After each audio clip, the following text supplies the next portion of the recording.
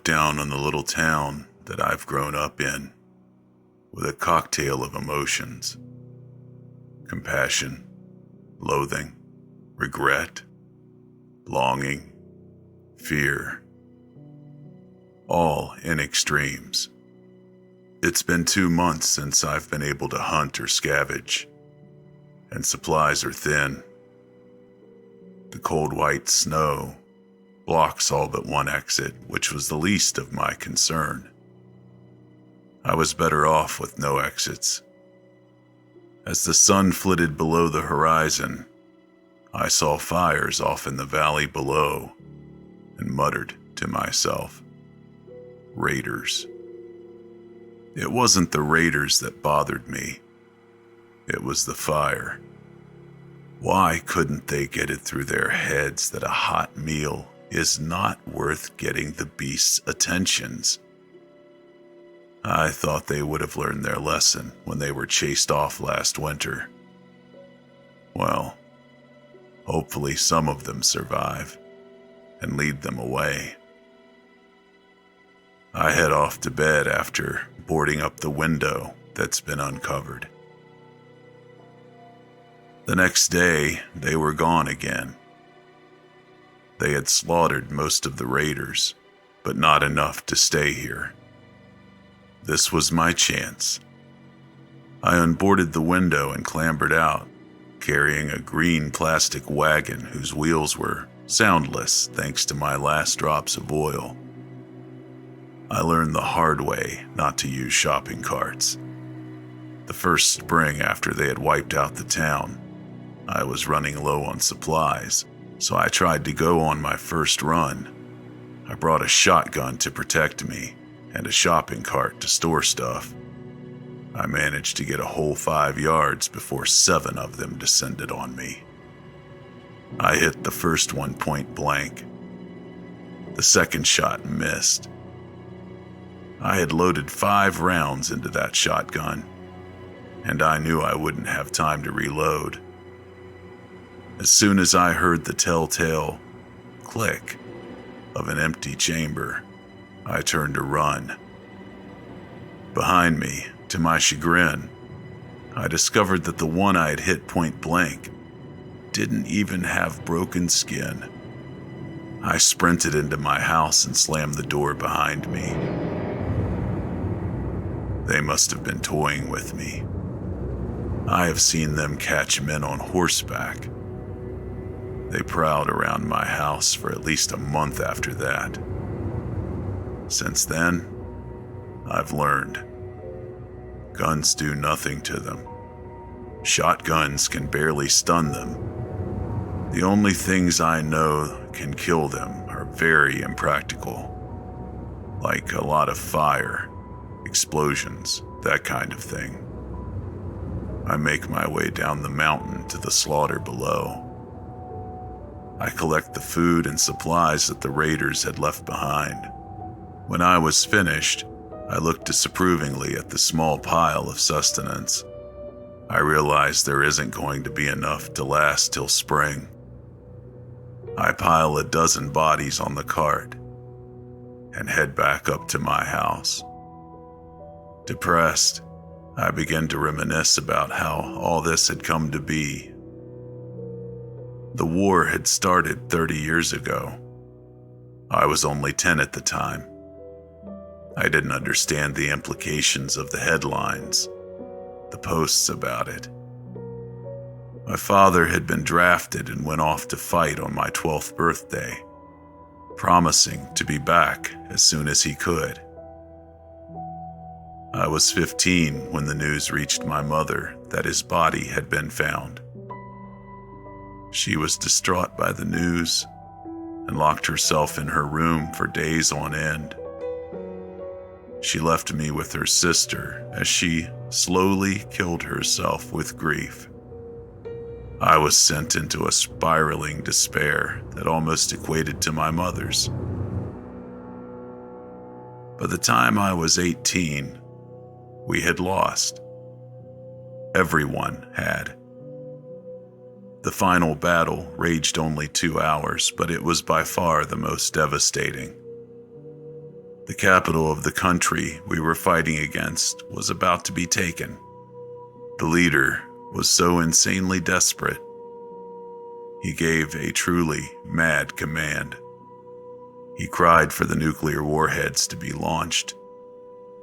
We retaliated with our own, of course, but that didn't matter. Almost every major city was reduced to an irradiated rubble. Millions died in the initial bombardment. Billions died of the resulting food shortages, civil unrest, lawlessness, and all the fallout in the months to come. The soot and ash and smoke from the fires drifted into the sky, blotting out the sun in a nuclear winter.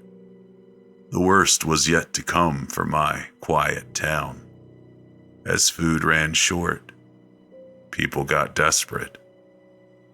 They started widening their definition of food.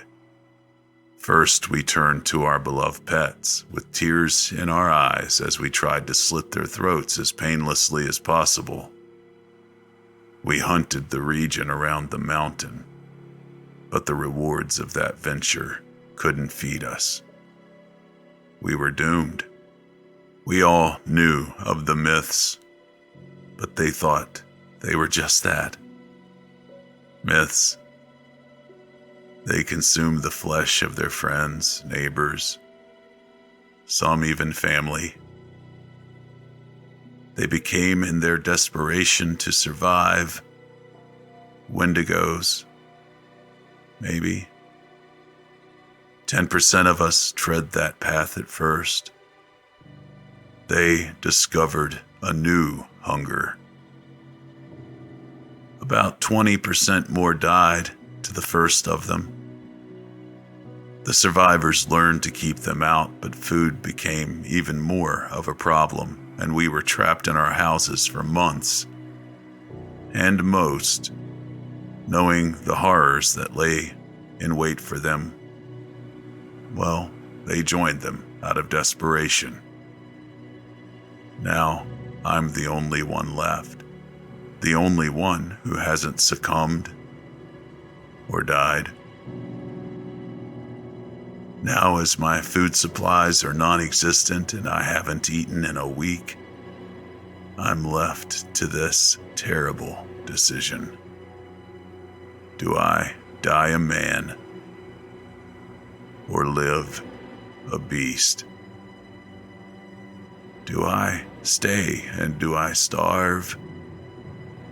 Or do I join them and feast?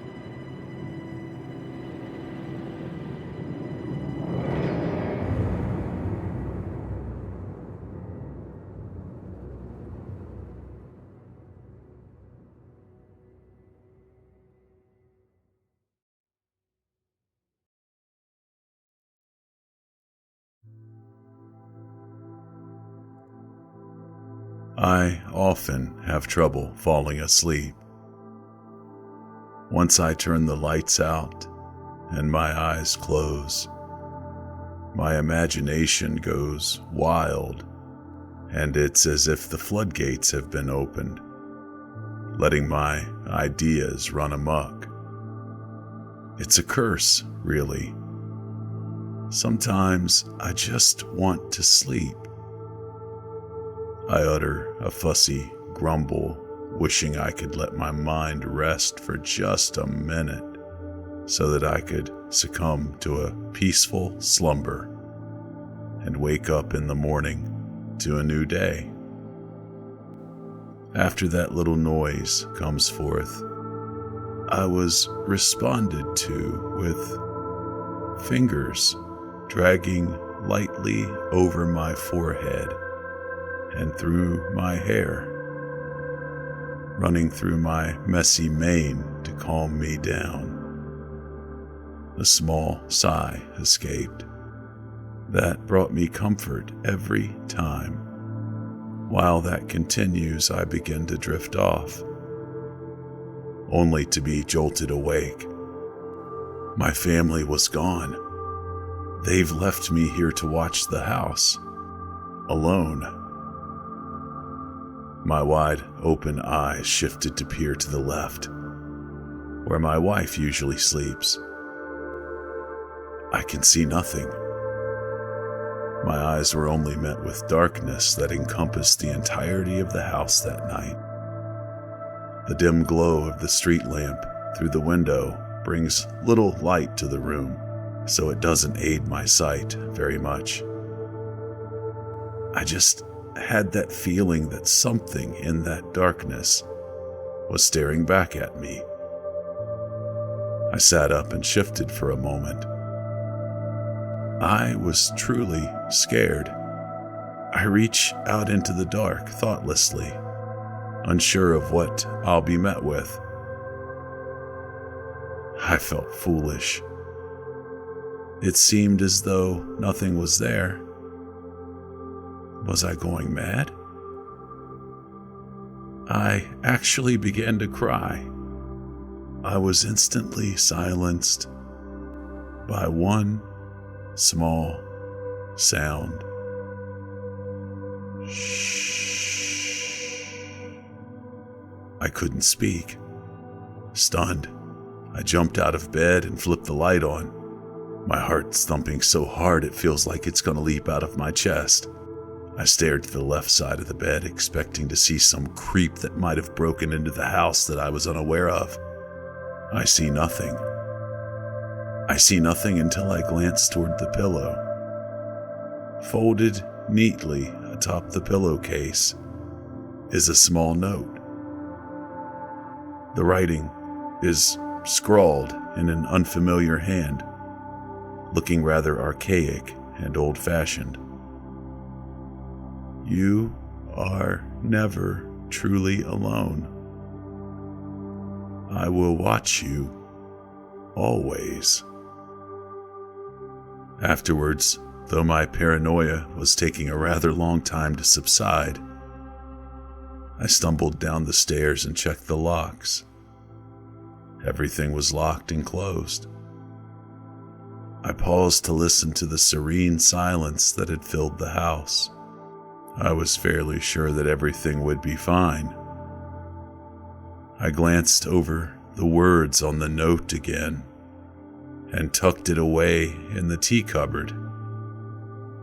I sauntered lazily back up the stairs and curled up in my bed, not so sure if I was alone anymore.